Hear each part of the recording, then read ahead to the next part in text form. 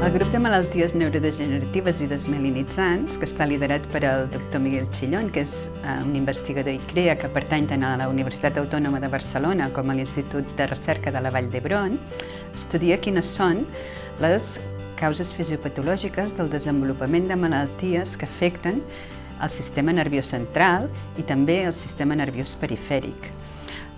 Patologies que afecten una gran quantitat de gent, com són la malaltia d'Alzheimer, l'envelliment o la demència, també la neuropatia diabètica o l'esclerosi múltiple.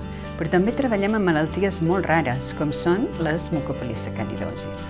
La idea és aconseguir conèixer bé a fons quines són les causes del desenvolupament d'aquestes malalties per trobar precisament una manera eficaç de tractar-les. Bé, és important per aconseguir trobar un tractament que sigui eficaç, perquè ara mateix no hi ha cap manera de tractar, de fet, ni d'enlentir la progressió d'aquestes malalties.